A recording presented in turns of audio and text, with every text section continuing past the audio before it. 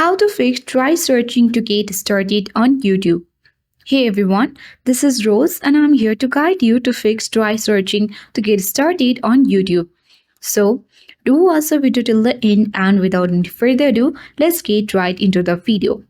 When you launch your YouTube and you get this option or the message that says try searching to get started, then no worries. You simply need to tap on the search icon at top right corner of the screen and you can simply search for any particular channel on YouTube that you like the most.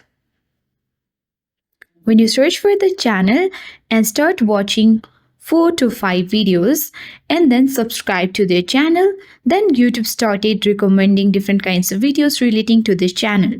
So when you do this for 2 or 3 days continuously, then your YouTube home feed will be full of different kinds of videos relating to the channels or the videos that interest you.